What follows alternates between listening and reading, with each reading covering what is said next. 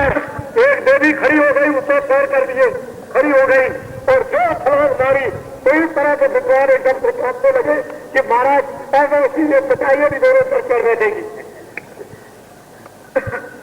ये यहाँ उतारे जाते हैं, ये वेदों के मंत्रों को मोया देकर के उतारा जाता है। हमने तो अभी कोई मंत्र पढ़ा नहीं, ये तो विद्वान पढ़ रहे हैं, हमने तो कोई मंत्र नहीं पढ़ा, ये विद्वान पढ़ रहे हैं, इन्हीं के मंत्रों के पढ़ने से उतर रहे, और हम पढ़ेंगे तब तो कुछ और बात हो जाएगी। हमने तो कुछ पढ़ा नहीं है, हम तो इनको मान्यता देना चाहते हैं विद्वानों को।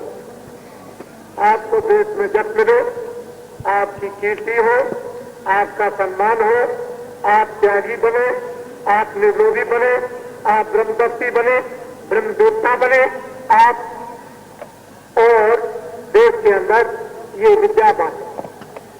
हमारी तो कामना ऐसी है कि विद्वानों का, सज्जनों का बड़ा आदर। तो ये कामना कोई ऐसी तय नहीं है कि ऐसे हवा हो जाएगी, ये कोई ऐसी कामना और प्रार्थना तो नहीं कि हवा उड़ा दी जाएगी, ये तो बच्चा काम करेगी, ये तो उसकी इच्छा है, बाबा जी की कोई इच्छा नहीं, ये तो सब उसकी इच्छा है। हम तो आपके सामने देखो, बड़ी सीधी सादी बात, हम उस जमाने के आदमी हैं जब गांधी महात्मा का यहां कोई भी सत्याग्रह नहीं था। सीधी बात को सुन लीजिए, एक भी स्पीच हिंदुस्तान में नहीं हुई थी, तब भी हम थे। और जब गांधी महात्मा ने यहां अपना सत्याग्रह किया तब भी मैं यहां था, और 30 साल के सत्याग्रह में भी मैं हिंदुस्तान में था। और जब गांधी महात्मा हिंदुस्तान जब आजाद हो गया, चले गए, और 30 साल के शासन काल में भी मैं मौजूद, और वो भी शासन चला गया, मैं अभी मौजूद। बड़े ध्यान से और देखिए मैं कितना काम करता हूँ। सुबह 4 बजे से उठता हूँ, आपके बीच में रहता हूँ, लेकिन आपको तो यही मालूम होगा कि बाबा जी किसी से मिलते ही नहीं, आपको तो यही होगा। लेकिन मेरे साथ रहे तो आपको एक ही दिन में बिस्तर पकड़ ले, एक ही दिन में बिस्तर पकड़ ले, दूसरे दिन की जरूरत नहीं है आपको। और कितना काम करता हूँ ये तो आपको जानना चाहिए, मालूम तो आपको अभी है नहीं है, लेकिन आप उतना काम नहीं कर सकते। इतना बुढ़े होने पर भी आप काम जमा नहीं कर सकते, लेकिन फिर भी प्रभु की दया है, बच्चों में कितना उत्साह और कितनी जोश भक्ति, कितनी विवेक भक्ति, कितनी विवेक शक्ति, और कितनी उनके अंदर चरित्र शक्ति आ रही है। हमको भी भारत के बच्चों को देख करके भविष्य का अनुभव, एक प्रसन्नता होती है कि ये जमाना तो जो आएगा वो तो बच्चे देखेंगे। हम लोगों को क्या है, आज चले गए, बूढ़े हो गए, कल चले गए, क्या जमाना तो आपको देख तैयार हो जाएगा, जमाने का आनंद आप लोगे, तैयार हो जाएगा, खुशहालियां आप मनाओगे, तैयार हो जाएगा, आनंद आपको मिलेगा, और तैयार हो जाएगा तो आप अपनी औलाद और अपने बच्चे के सर्व सुखी संपन्न रहोगे, और हो जाएगा धर्म की स्थापना हो गई तो आप अपनी आत्मा का कल्याण भी कर लोगे। हम लोगों के क्रिया क्या है, बोरी बिस्तर बांध कर एक कत्थन लटकाए हुए, पता नहीं किस दिन चले जाओ, हुक्म आ जाए कि चलो समय पूरा हो गया, चल रहे, क्या ठिकाना। इसलिए सजनी चलो ऊपर, दोनों आंखों के ऊपर चलो, उधर देखो जरा सा, ऊपर आंख खोलो, खुले हुए मैदान, ये लाइट क्या, ये रोशनी क्या है, इसी में बुझा गया। अरे ये रोशनी क्या चीज है, कुछ नहीं, एक लाइट सूरज और चांदों को भी शर्मिंदा करती है। जरा ये आंख खोलिए, वो कौन सी लाइट, श्री गुरु पद नख मण गण ज्योति राम राम मणि, सूरज और चांद और सितारों को भी शर्मिंदा कर दे, ऐसी कहते हो वो नूर मणि जल रही है, जिस पर कितने लोग परमाने, कितनी रूहें उस पर अपने आप को फिदा हो जाती, पना हो जाती हैं, तन्मय हो जाती हैं और अपने को भूल जाती हैं। वो मणि ऐसी है। और जिन जिन ने तुलसीदास ने, कबीर ने, रैदास ने उस मणि को पाया, देखिए क्या आपको भी वो मणि, ये मणि जो है अमूलक है, अद्भुत है, उसकी कोई कीमत नहीं है। रुपए पैसे, सोने चांदी, राजपाट से नहीं मिलती। वो तो जब उसकी वर्षा होगी समस्त रूप से जीवों के ऊपर में, तभी वो मणि मिले। ऐसी मणि सबके पास रखी हुई है। आंखों के ऊपर जरा अपनी अंदरूनी आंख से ऊपर की तरफ देखो, उस आसमान की तरफ। कितने बड़े आसमान, बड़े बड़े बुलंद आसमान है। ये तो अंधेरे का आसमान है। इसमें क्या रखा हुआ, उन आसमानों को देखो। नीचे ऊपर में हूर और परियों का जलवा नीचे से ऊपर तक हो रहा है। उसको जब देखोगे देवी और देवताओं को, तब क्या खुशी होगी। जो कहा मैं पहुंच गया हूं, और फिर उनसे मिलो। कितना प्यार मोहब्बत। ये सजनी चलो, उधर में सखियों को साथ लो, तीन क्षमा संतोष ग्रह साथ ले लो। इन काम क्रोध को छोड़ दो और चलो ऊपर की तरफ चलो। उधर क्या हो रहा। हाँ, घंटा शंख सजी धुने कहते बड़े शोर के साथ में घंटा और शंख बज रहा, तीनों लोक में उसकी आवाज हो रही है। ये अगर घंटा और शंख खो दिया जाए तो आपका उसी समय मस्तक फट जाएगा। इतना घंटा और शंख जोर से बज रहा। वो तो साधक धीरे धीरे साधना करके जब अंदर सुनते हैं तो कहते हैं कि ये फटा जाता है। घबराओ नहीं, तुम धीरे धीरे सुनते रहो, सब हजम हो जाएगा। चिंता करने की बात नहीं है। वो सब उधर से कंट्रोल और इंतजाम सब हो रहा है, बर्दाश्त हो जाएगा। आप घबराओ मत। ऐसा घंटा और शंख उसके मंदिर में, जो स्वयं उस खुदा का मंदिर है, भगवान का, उसमें 24 घंटे बज रहा, कभी भी बंद नहीं होता न होगा। कहते हैं इस धुनी को, घंटा और शंख को भी छोड़ करके ये जीवात्मा सूरत और सजनी ऊपर चली और ऊपर उन आवाजों को सुनती है।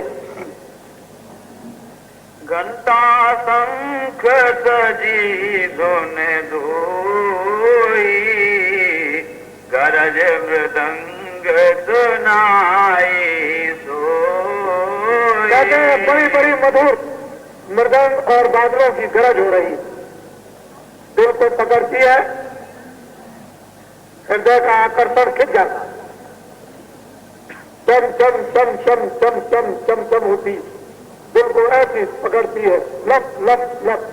उधर रामायण को अगर पढ़िए तो एक एक चीज आपने, लेकिन वहां गोस्वामी जी महाराज, आपने ऐसा लोगों को धोखे में रख दिया। अगर काफी बाकी उनसे फायदा उठाते तो ऐसे महापुरुष और संत थे कि कितनों को काफी बातियों को पहुंचा देते। लेकिन काफी बातियों ने हमेशा उनसे युद्ध किया, युद्ध फौरन उन्होंने छिपा दिया अपने गुण को। और उन्होंने जब रामायण बनाई तो कभी भी आपने उनसे नहीं पूछा कि महाराज इसमें क्या लिखा।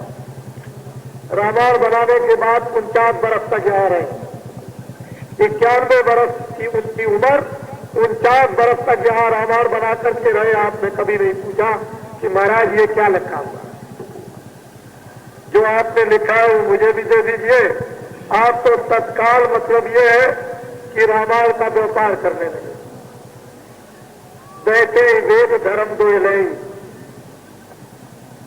रामायण में एक बड़ी जबरदस्त उन्होंने बात बताई,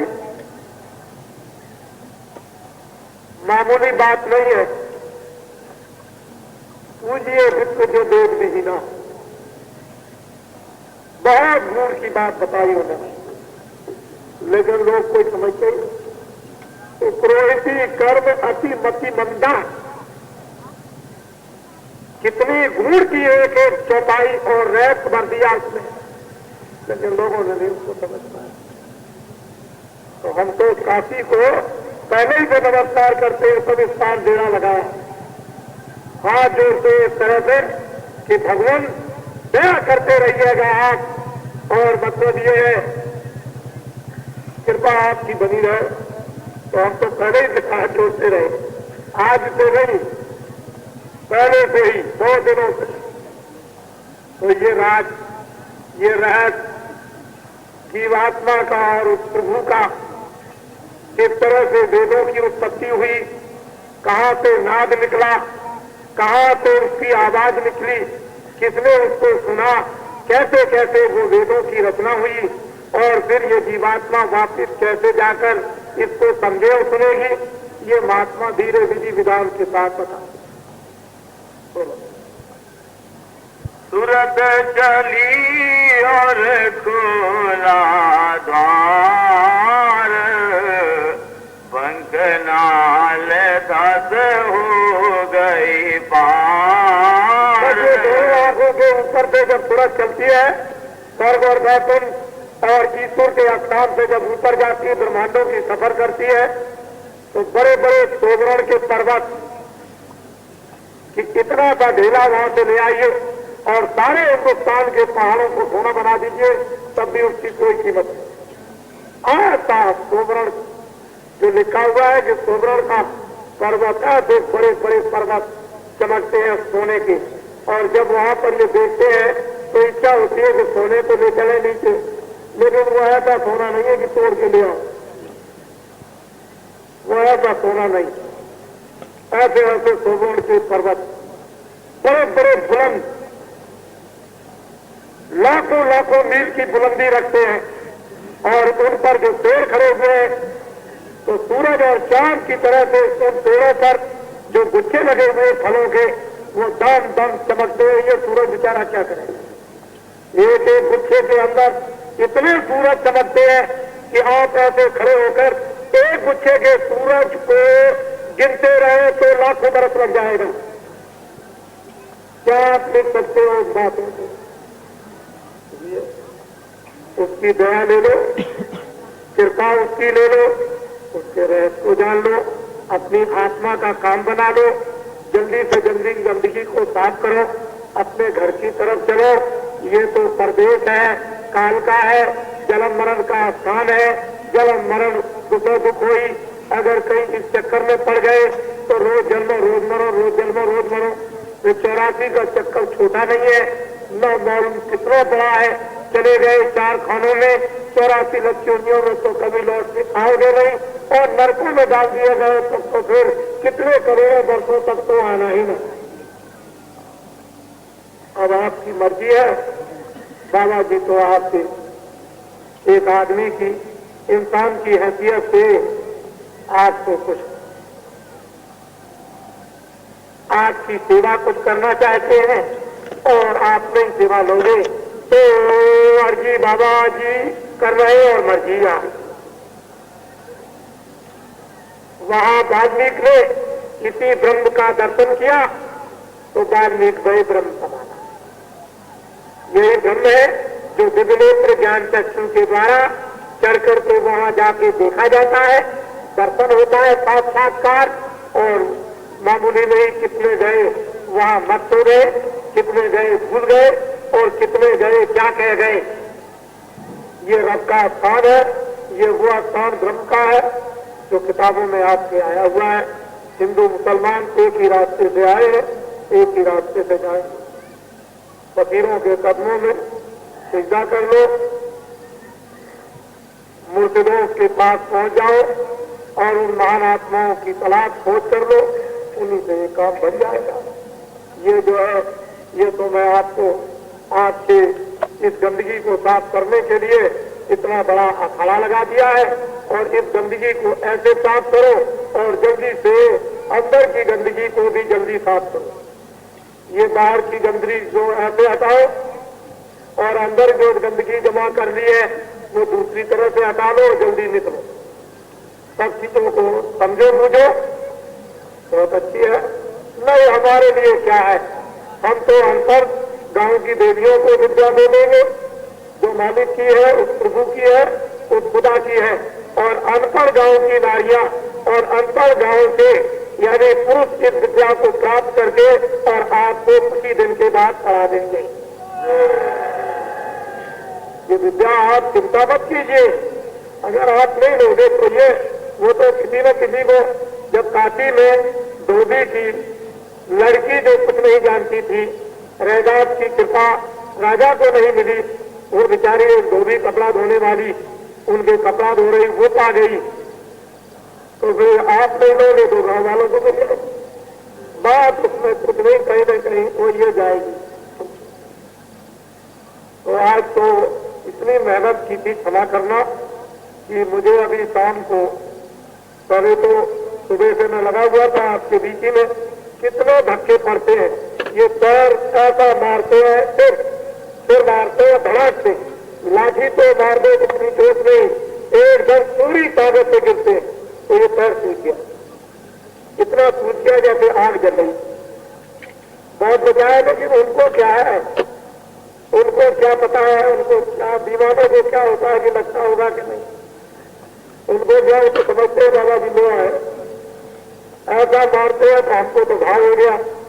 तो शाम के वक्त में फिर उसके बाद यहाँ सत्संग सुनाया, उसके बाद में वहां जाकर के कितनी देर वहां रगड़ा झगड़ा किया, यदि आपको साधन भजन कराया, वहां भेद बताया, वहां से दौड़ करके आए, फिर यहाँ आप खड़े हुए हैं, दादाजी कहाँ चले गए, अरे दादाजी कहीं चले गए, आपको तो ये लगा दिया, तो जो लगाया उसको देखिए, नहीं हमें ये कुछ नहीं देखते, हमको तो बाबा जी दिखाई, हम कुछ नहीं जानते, तो बाबा जी अभी गए, नहीं अभी कुछ नहीं, अच्छा बाहर निकल आए। अब बाबा जी सुबह से लेकर और शाम तो 10-15 मिनट तो भगवान की पूजा में खुद दे दिया किया, इतनी तो दया हम भी कर दिया करें, कुछ नहीं, हम कुछ नहीं जानते, बाबा जी को निकाल के ले आइए। अभी वहां अंदर जाकर के तमाम लोग यानी बिल्कुल एकदम कुश्ती लड़ रहे थे, जल्दी निकाल दीजिए। तो अब 2-4-5 मिनट तो आज कुछ बुखार भी था हो गया, इतनी मेहनत करने के बाद। लेकिन फिर मैंने सोचा कि आप कहेंगे कि बाबा जी ने कुछ नहीं, तो हमने सोचा है चलो भाई बुखार तुम यहाँ हो, थोड़ी देर यहाँ बैठे जाओ, तब तक मैं इनका काम कर दूं, फिर मेरे ऊपर चढ़ जाना, कोई अंजा नहीं है। तुम भी अपना, एक महात्मा जी थे, उनके पास कोई चला गया तो जूड़ी आई, जूड़ी कांप रहे थे इस तरह से, तो लोग गए, कहा अरे भाई जरा ठहर जाओ, एक कोई जिम्मेदार मिलने के लिए आए हैं, तो तुम जरा था, तो उधर अच्छा ठीक है, तो रजाई डाली, वो मिलने के लिए आए तो रजाई हिल रही है, रजाई दूर हिल रही है, इस तरह से महात्मा जी ने बातचीत कर ली, उनको समझाया तो उधर देख रहे, रजाई महाराज ये कौन है, चलो ये कोई तो नहीं है, रजाई उठा करके देखी तो कोई नहीं था, रजाई हिल रही थी, कह लगे भाई वो जूड़ी है, मेरे ऊपर चढ़ी थी, तो मैंने उससे प्रार्थना की जरा देर तुम उतर जाओ, तो मैं जिम्मेदार साहब से बात करूं। अच्छा अच्छा, तो कहो तो तुम्हारे ऊपर चढ़ा दे, सही महाराज, वो बगैर ही चढ़ाए कांपने लगा, वो हिलने लगा, ऐसे कि नहीं महाराज ये काम मत कीजिए। अरे भैया दुनिया 1 मिनट में न मालूम क्या होती है, ये दुनिया है, इसको दुनिया कहते जग डर जाए, घबरा जाए, भाग जाए, न मालूम क्या, अरे कुछ नहीं। फिर बात कर ली, रजाई ओढ़ ली, अब महात्मा जी हिलने लगे। तो ये तो ऐसा होता है, ये आपको क्या मेहनत करें कुछ भी करें, तो आप सब नर नारी अब 5 दिन रह गए, शिवरात्रि के दिन इसकी समाप्ति होगी। आप सभी लोग इसमें भाग लें ताकि सज्जुग की स्वागत तैयारियों के हिस्सेदार भी बन जाए और भक्ति मुक्ति जो लुट रही है उसको भी ले लें। जो यहाँ आएंगे सम्मिलित हो जाएंगे, आप सब भाव से सम्मिलित हो जाइए। वैसे अगर सब भाव से सम्मिलित नहीं होंगे तो कुछ ना कुछ तो अंत आपको मिल ही जाएगा। भाव स्वभाव अनकाल कुछ ना कुछ तो हो ही जाता है, तो इसलिए आप लोग भागीदार सबके सब बने। और हमारे पास में हर संस्थाओं के लोग, हर एक संस्थाओं के लोग और हर फिरकों के लोग आते हैं, उनको ये पता चलता है कि वास्तव में यहाँ न कोई संस्था न कोई सरकार है, मोहब्बत और प्यार का दरवाजा खुला हुआ है। अब आपको प्यार करना ना आए, आप ये चाहते हैं कि हम जूता पहन करके यज्ञशाला में चले जाए तो नहीं जा सकते। हम भी जूता पहन के नहीं जा सकते हैं, हमको भी लोग टोक देंगे। और आप ये चाहते हैं कि कपड़ा पहन के जाए तो हम भी नहीं जा सकते। इतना बंधन लोगों का है कि हम भी कपड़ा पहन के नहीं जा सकते। तो जो बंधन हमारे भी बात है, आप कहोगे हम जूता पहन के जाएंगे, कैसे हो सकता है? ये कभी नहीं हो सकता। फिर यह है कि शाम को आप जाए दर्शन करें, शाम को खोल दिया जाता है, आप शाम को जाइए और चारों तरफ ये तालाओं के आप देख करके दर्शन कीजिए। ऊपर चढ़ने से ये टूट जाएगा, क्या फायदा है? क्योंकि उस समय पर घमासान चढ़ाई होगी तो ठीक नहीं रहेगा। इसलिए चारों तरफ घूम करके दर्शन कीजिए, तो देखिए आप सब कुछ है तो दर्शन कीजिए, अभी कोई बात नहीं है। लेकिन यह है कि उसकी सफाई होती है, देवता प्रसन्न होते हैं, शुद्धि होती है। आप अगर दोनों दिन तीनों दिन जाएंगे तो फिर मतलब कपड़ा पहन के जाएंगे, कुछ रहेगा तो कुछ शुद्धि भी होनी चाहिए। पवित्रता तो घर में भी आप चाहते हो और बाहर भी चाहते हो, इसलिए शुद्धता से सब काम होता है और हो रहा है। तो शाम के वक्त में खुल जाता है और रात को पवित्र कर दिया जाता है। आपके निकलने के बाद तो बंद हो जाता है। फिर विद्वानों का कार्यक्रम सुबह प्रारंभ हो जाता है और दिन में बंद रहता है। शाम को जब उधर से स्थगित होगा, पूर्ण होगा दिन का कार्यक्रम, तो फिर उसके बाद में आप दर्शन कर लीजिए, कोई बात नहीं। शाम को तो खुल जाता है। जैसे ही उधर में आपकी समाप्ति हुई वैसे ही खुल जाता है। आप घंटे बाद दर्शन खूब अच्छी तरह, कोई ऐसे नहीं उधर है उधर दर्शन कीजिए, विष्णु का दर्शन कीजिए, हरिहर बाबा बंद बोले शंकर जी का दर्शन कीजिए। आप कोई ऐसी बात है? कोई हमको तो हरिहर बाबा से, शंकर जी से और विष्णु जी से या ब्रह्मा जी से या गंगा जी से कोई नफरत तो है नहीं। हम जितना मानते हैं आप क्या मानते हैं? हम तो वो तो नहीं देखते हैं कि बाबा जी क्या करते हैं, वो तो सभी देखते हैं। हम कोई समाचार अपना अखबारों में नहीं देना चाहते, हमारा कोई समाचार अखबारों में न निकाले। हम सारी दुनिया में बगैर अखबारों बगैर रेडियो के सारे हिंदुस्तान में 24 घंटे में अपनी खबर पहुंचा देंगे। हमको उसकी कोई जरूरत नहीं किसी भी अखबारों की। जो इस मैदान में बिना अखबारों रेडियो के कितने आदमी को यहां जा सकता है, वो सारे हिंदुस्तान में सब खबर पहुंचा देगा। कोई जरूरत किसकी नहीं है। ऐसे हमारी सबके लिए इज्जत, किसी के लिए कोई अपमान नहीं, तो कोई भी जोर जुलम करने की बात नहीं है। हम कोई वक्तव्य नहीं देंगे। हमारा खुला सब कुछ जो खेल है वो सबके सामने हो रहा है। हम कोई गोपनीय चीज नहीं रखते हैं। हम भी झोपड़ी में रहते हैं, पानी जब बरसता है तो हम भी चुपचाप बैठे रहते हैं। तो झोपड़ी को देखिए, हम भी इस तरह से बैठे रहते हैं, ऊपर से पानी छूता है। हम कोई महल में नहीं रहते। जिस तरह से हमारे सब लोग भीगते हैं वैसे हम भी भीगते हैं, और पानी कमरे में भर जाता है तो लोग उसको लीचते हैं और बाहर निकालते हैं। इसलिए हम कोई भी चीज ऐसी नहीं, और मालपुआ नहीं खाया करते हैं, सूखा टिक्कर मोटा खाते हैं। अगर आपको खिला दिया जाए तो आपके गले में उतरेगा ही नहीं।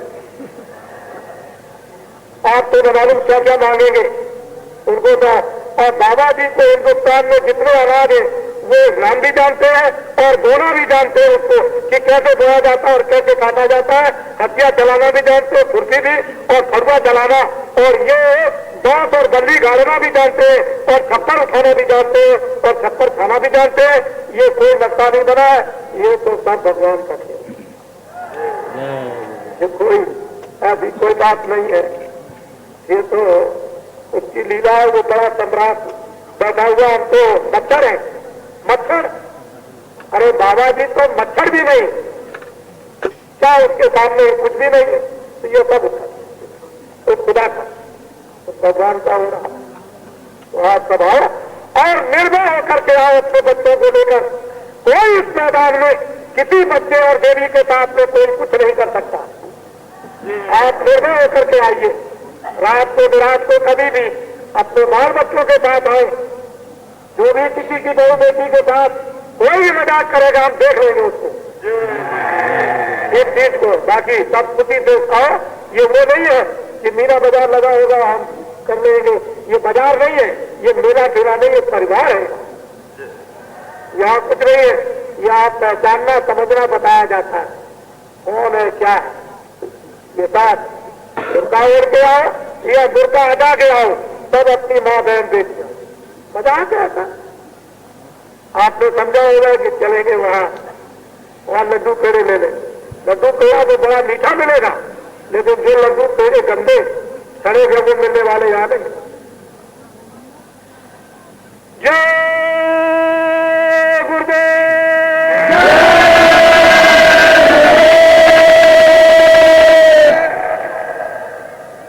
जय गुरुदेव।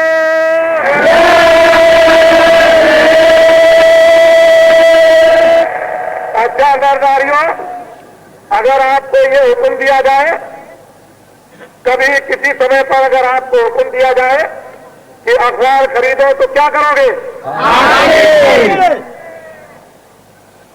ऐसे नहीं, ऐसी आवाज लगाओ कि वहां तक जाए। अखबार खरीदो, क्या करोगे?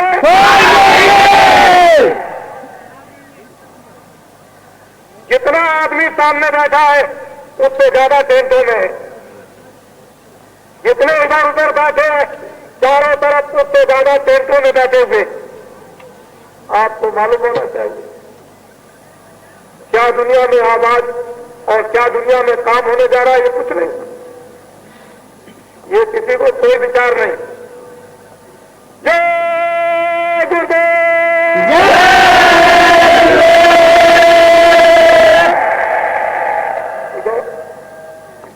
अरे भाई तो शादी आती है कितनी है? अरे देखो बच्चों, खैर जहाँ बोलना नहीं, देखो शादियां तो हो ही रही है, वो तो आप सब देख रहे हो। बाबा जी तो मुंडन भी कराते और बाबा जी से झाड़ू भी लगवाते, तो पानी भर जाता है तो लोगों भी लगवाते और जनेऊ का काम भी कराते। लेकिन उनसे कहता हूँ काम तो कर दूंगा, लेकिन पंडितों को दक्षिणा न दे देना, हम किसी की रोजी नहीं देते, क्योंकि ये काम है पंडितों का, ये मेरा काम नहीं। दक्षिणा उनको देना, काम में करना। मुंडन की भी दक्षिणा दे देना, कहाँ वहाँ पंडित जी होंगे गांव पर, यहाँ पे जाना उनको दक्षिणा दे देना, उसको न छोड़ना।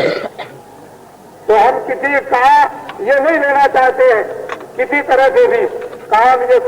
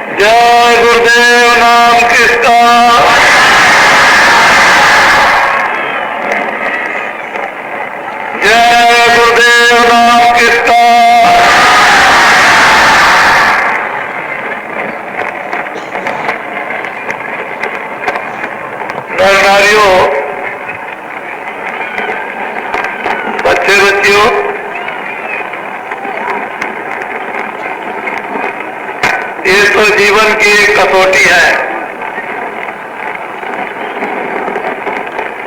अपने जीवन में मनुष्य अपनी कसौटी पर चढ़ा दे और परख कर ले, यही मनुष्य जीवन के दिन कसौटी के हैं। जिन लोगों ने अपने जीवन काल में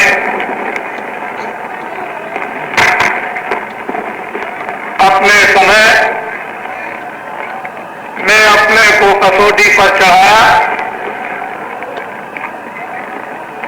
वो लोग बन गए, पार उतर गए,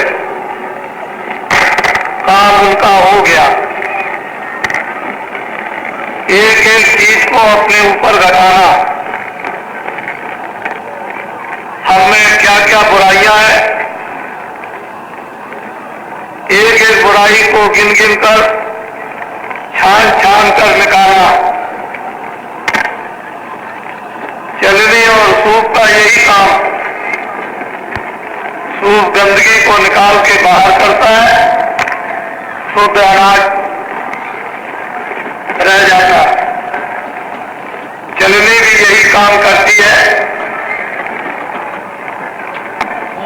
कि महीन आटे को निकाल के बाहर, मोटा अलग। अच्छाई और बुराई ये दो चीजें मानव के जीवन काल में इसकी छानबीन करना और एक एक गिन गिन कर उसको निकाल के बाहर करना। यदि जीवन में ये काम कुछ ही दिनों में कर लें तो मानो कितना सुहावना, मानो कितना प्रभावशाली, मानो के हृदय में कितनी अपार दया और श्रद्धा उमड़ती है। जो मनुष्य अपने जीवन काल में बुराई को नहीं पहचानता, उसकी जीवात्मा, मन और बुद्धि, उसके अंतःकरण पर गंदगी, वो जीवन में कुछ नहीं, उसका जीवन व्यर्थ चला गया, किसी काम में नहीं आया। खाना पीना पशु पंछी भी करते हैं। आपने देखा है यज्ञशाला में आज कै दिन हो गए,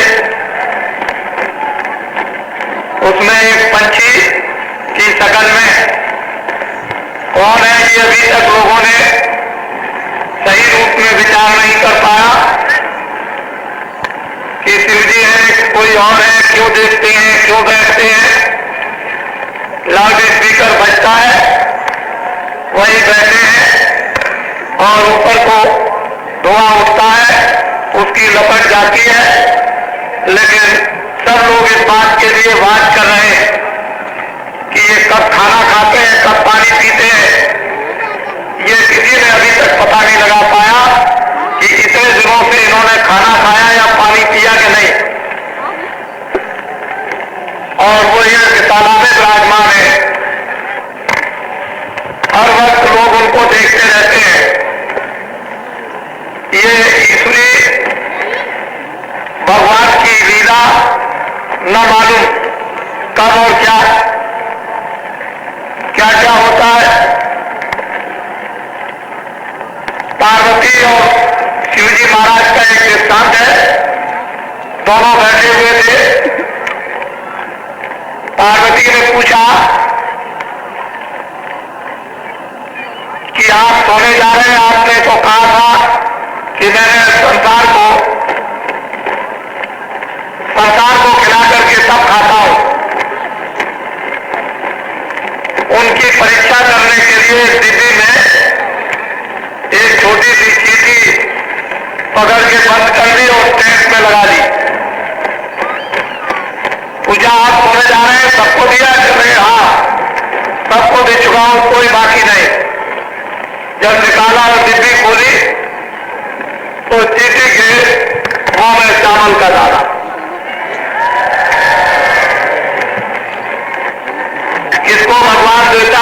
इसको नहीं देता है, कैसे देता है, कैसे नहीं देता, बाहर की चीजें समझ में नहीं आती। और इतना बड़ा ब्रह्मांड बनाने वाला वो परम पिता, उसके बारे में मनुष्य अपनी अटकलें लगाते हैं,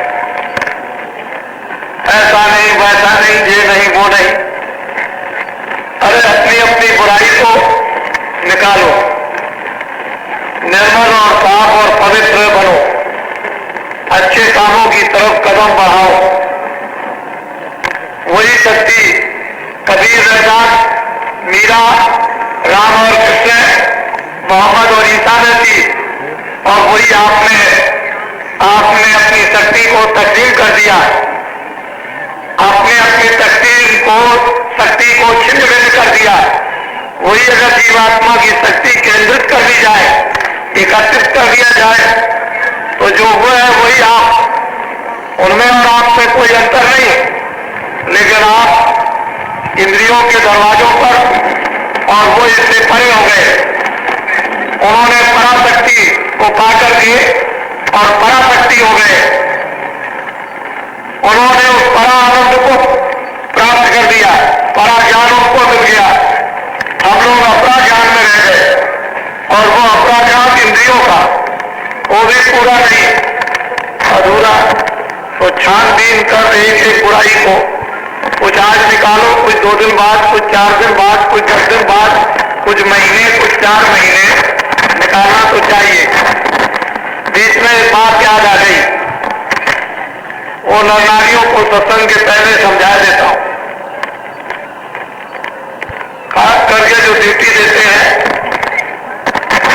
वो जो ग्रामीण दुकानदार हैं, जो इधर में इस तरफ में जगशाला के इधर जो रोड है उस पर जो दुकानदार काम करते हैं, अपना जो कुछ भी लोगों की सेवा है उनको कोई हटाएगा नहीं, वो पहले से ही निश्चित किए हुए हैं। वो ग्रामीण सब लोग हैं। जिस समय पर आया था, उन ग्रामीणों ने खेत बोया हुआ था, तो ये कहा इस काम के लिए हम आपके लिए हमेशा तैयार, जहां जहां से गाड़ी निकालनी चाहिए। तो ग्रामीण जब सेवा करते हैं तो उनकी वो दुकानें, आप उससे कुछ मत बोलिए। और तुम भी ग्रामीण हो, गांव के ही रहने वाले हो, इसलिए ये खास आपको एक निर्देश दे दिया गया है। हर चीज को अच्छी तरह से समझने की कोशिश करता और बात हो, नहीं असत्य सम पाठक पुंजा, झूठ के समान कोई पाठक नहीं। रामायण इसी बात का बोध कराती है, और हम लोगों को जहां तक हो सके तहां तक सत्य का उच्चारण करना चाहिए। आत्मा का उत्थान चाहते हो, इस जीव को जला मरण 84 नरकों से बचाना चाहते हैं, तब तो सत्य का उच्चारण करना ही चाहिए। लेकिन वर्तमान के किए हुए कर्मों का इतना बोझा सिर पर लगा रहता है कि बुद्धि काम नहीं करती है। इतनी कमजोरियां मनुष्य में आ गई कि सत्य बोलूंगा तो न मालूम क्या हो जाएगा, गुजारा नहीं होगा, बाल बच्चों का पालन पोषण नहीं होगा, समाज नहीं चल सकता, देश नहीं चल सकता। ऐसी कमजोरियां आ गई। जहां ये बचपन काल में सिखाया जाता था, विश्वास कराया जाता था, वहां ये सब छुड़ा दिया गया। तो मनुष्य में ये बड़ी भारी कमजोरी है कि समाज कैसे चलेगा, घर कैसे चलेगा, परिवार कैसे चलेगा, भोजन कैसे मिलेगा, कपड़े कैसे मिलेंगे, झूठ नहीं बोलेंगे तो रोजी कैसे चलेगी। ये मनुष्य की सबसे बड़ी कमजोरियां। अपने ऊपर अविश्वास, महात्माओं पर, धर्म पुस्तकों पर अविश्वास और भगवान पर भी अविश्वास। पंछियों का कोई दफ्तर नहीं होता, लेकिन उनको भी भगवान देता है, यही विश्वास कीजिए। जीव जंतु, कीड़े मकोड़े, उनके पास कोई दफ्तर नहीं होता है, लेकिन उनको भी खाना वो देता। हम तो मनुष्य हैं, ज्ञानवान है, विश्वास करना ही चाहिए। लेकिन मान मर्यादा के लिए जितनी जरूरत है उतनी चीजें सब मिलेगी, और जो मान और मर्यादा और शान और फोकस और बड़प्पन ये जो देश के अंदर में बनावटी जो आप स्थापित करना चाहते हो, यही बीमारी का घर है। बीमारी इसी बात की है। लेकिन अगर सही जगह पर आ जाओ तो बीमारी कुछ नहीं। क्या है वो तो मान मर्यादा तो सत्य की है ही। आदर सत्कार तो सत्य का होता ही है। सत्य की सदा लोग सत्य का हमेशा सम्मान करते हैं और सत्य की विजय भी होती है। इस जीवात्मा के लिए कर लो कुछ, हो सकता है समय आपके लिए है नहीं, ये भी दिन निकले जाते हैं। हम तो आपको ऊंचा से ऊंचा अपनी जीवात्मा परमात्मा का सत्संग सुनाए दे, उसका रास्ता भी आपको बता ही रहा हो, ताकि आप भी इस सुहावने अवसर से पूरा पूरा अपने जीवन में गृहस्थ आश्रम में लाभ मरने के पहले ही उठा लें, घर में रहें और ये काम करते रहें, वो काम कर लें। सब काम करते हुए भी आप इतना ऊंचा काम कर रहे हैं अपनी जीवात्मा के लिए, जगा लें, कुछ देख लें, इससे बड़ा अच्छा समय आपके लिए क्या मिलेगा।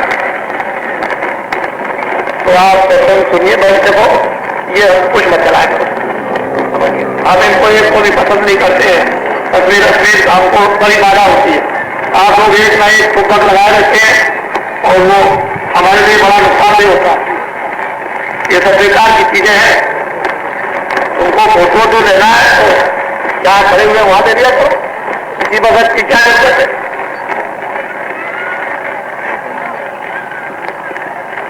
अच्छा, मैं आपको सत्संग सुनाता हूं, सुनिए आप।